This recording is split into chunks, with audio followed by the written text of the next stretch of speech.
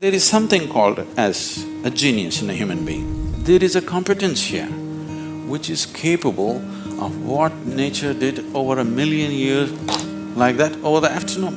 If the necessary striving is there, you can make it into your conscious process. If you set up the necessary situation, success is an assured thing for that person.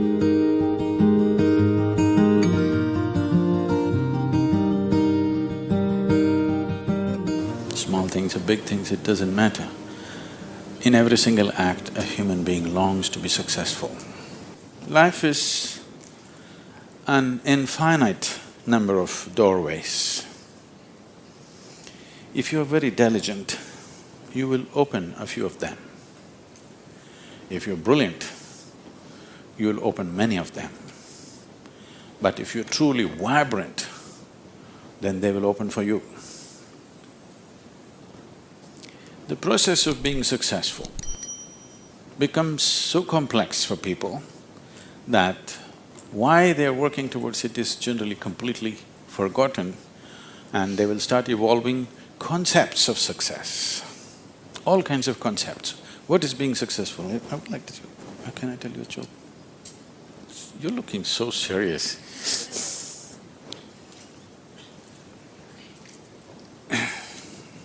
There was a man in India whose name is Shankaran Pillai. Okay, it's like John Smith.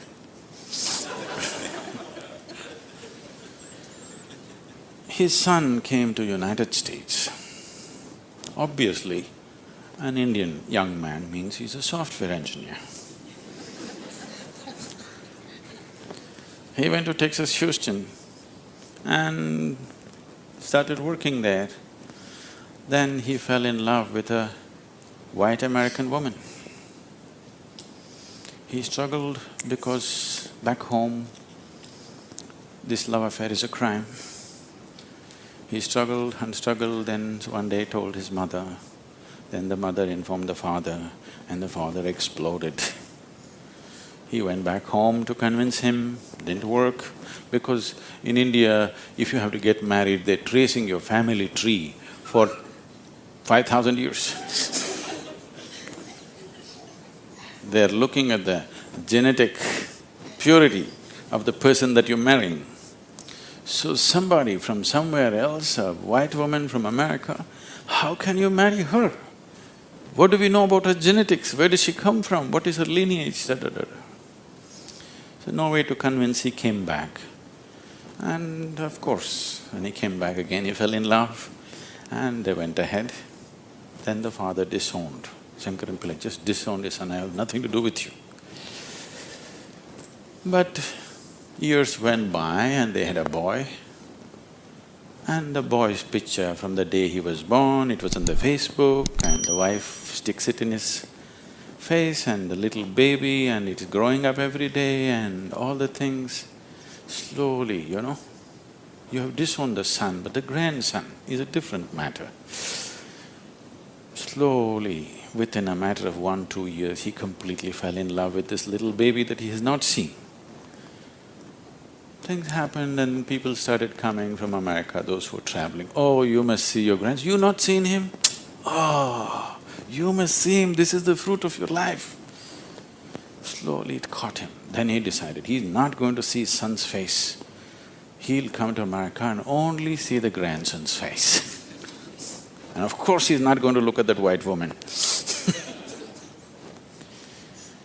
Then he came to America and a 7-year-old boy, full of energy, they're living on a small ranch, he's all over the place doing all kinds of things. He completely got washed away by this little fellow. Then this little boy one day said, "Grandpa, come, I'll show you my archery skills." He took him to the barn inside and he went into the barn and there he saw 8 targets, all of them with the arrow in the bullseye. Shankaran Pillai looked at it and then he thought, oh, this is my grandson. He thought of all the great legendary archers of India, you know, Arjuna and Ekalavya and he saw the future, all the Olympic gold medals falling from the sky. Then he asked, "From what distance did you shoot?" The boy said, "From 20 yards. What? From 20 yards, 8 targets, you shot them dead on, bullseye? How do you do this?" Then the boy said, "Grandpa, I first shoot and then paint the target." So, these concepts about being successful can be very crippling.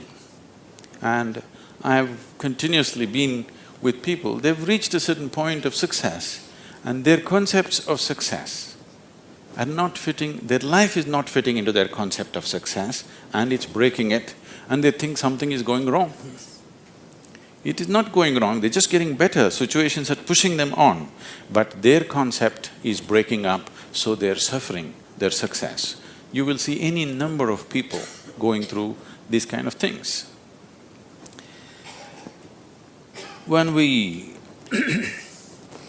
talk about success, I'm sure all of you must be already having plans as to how to unfold this success in your life. Made your plans. Plan is good, but plans again can get caught up in things because you plan from what you know today. Nobody can plan from something that you do not know. Your plan means it is an exaggeration of today as a tomorrow. Right now you're here at a certain level, now you think, my plan means this must be 10 times more in this many years or whatever, or 100 times or 1,000,000 times or whatever. But plan is just essentially an exaggeration of what is today. Maybe there is a certain logic to it, maybe there is a certain understanding of the logistic attached to it, but essentially it's an exaggeration of today. That means in many ways it's ruled out whatever other possibilities which are not yet in your experience. In Pennsylvania, you heard of the Pennsylvania floods?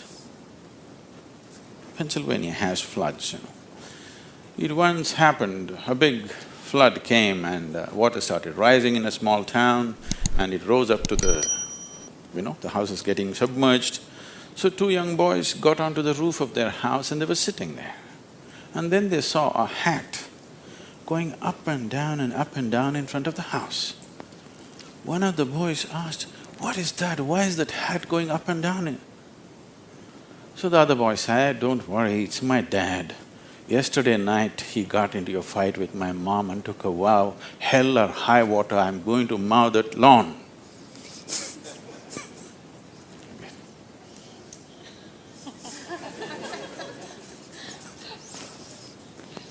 So, plans can be debilitating. It's good to have a plan, but it's more important that you have a purpose. If you have a purpose, plans will evolve, things will happen, plans will fall apart, new things will come up. Whatever has to happen will happen. If you hold on to a certain purpose, other things will just serve that purpose.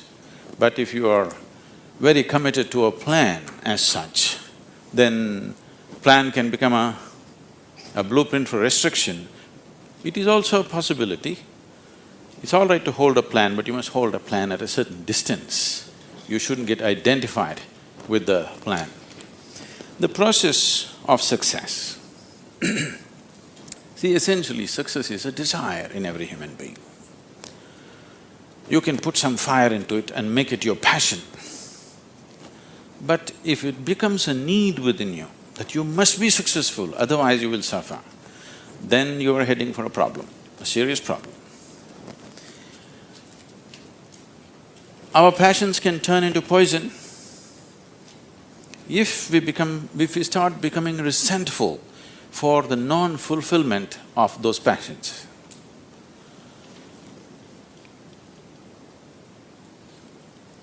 When I say turning into poison, today there's substantial medical and scientific evidence to show that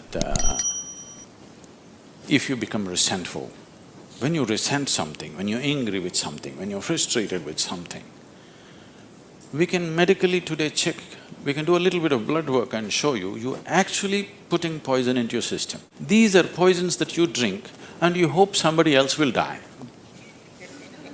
Life does not work like that. If you drink poison, you die, and it's fair. It's very fair, isn't it? If you drink poison, you must die. I drink poison, I want him to die. It doesn't work like that. So these emotions always take away the fundamental ability. See, there is something called as a genius in a human being. Every human being has it, every human being touches it at some moment of life. But the question is, how often do you touch it? That's a question. You sparked once in your lifetime. That's not good enough. You must be sparking all the time, isn't it? What is genius? There are many ways to look at it. One simplest way to look at it is,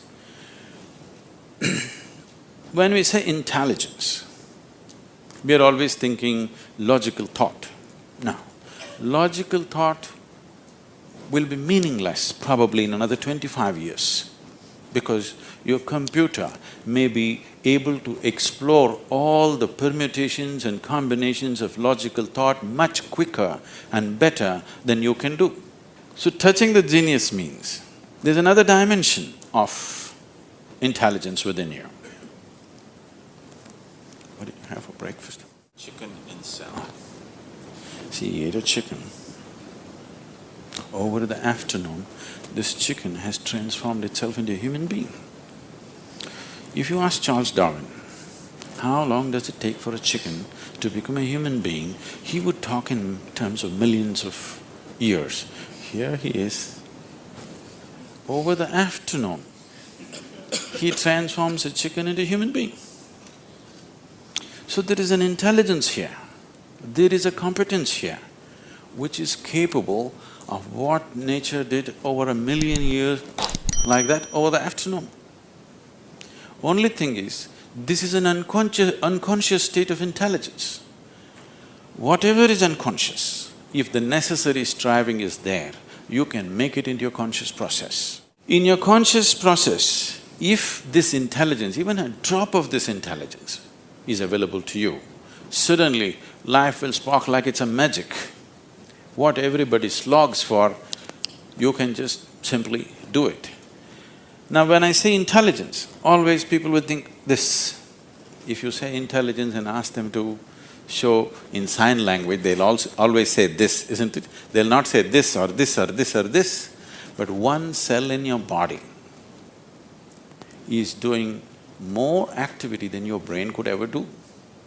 One molecule of DNA is doing so many millions of functions in a minute that you can never ever figure it out. Yes or no? So in yoga, in the yogic systems, in the yogic sciences, we never look at anything as mind. There's no such thing as mind. There is a physical body and there is a mental body. So you learn to think through your body. You know, it's a short session, it's not an area that we should enter right now, but I have to tell you this. There are many things personally that I do at the same time. Now people come and tell me, just now I'm entering the session, somebody comes and tells me, Sadhguru, these building plans have to happen, because we do everything ourselves. Now by the time I get out, I'll have the building plan ready as I'm speaking here, because 12 to 14 channels actively keep going on in my head.